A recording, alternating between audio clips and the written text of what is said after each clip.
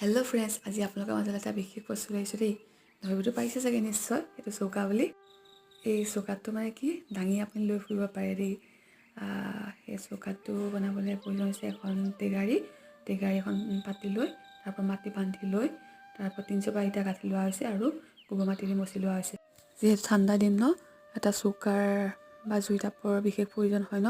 জুই ৰান্ধি খাই ভাল লাগে আৰু তাপ লৈও ভাল লাগে ন ঠাণ্ডা দিনত।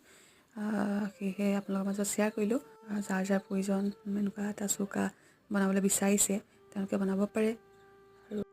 আৰু সেয়াই আপোনালোকৰ মাজত শ্বেয়াৰ কৰিলোঁ দেই।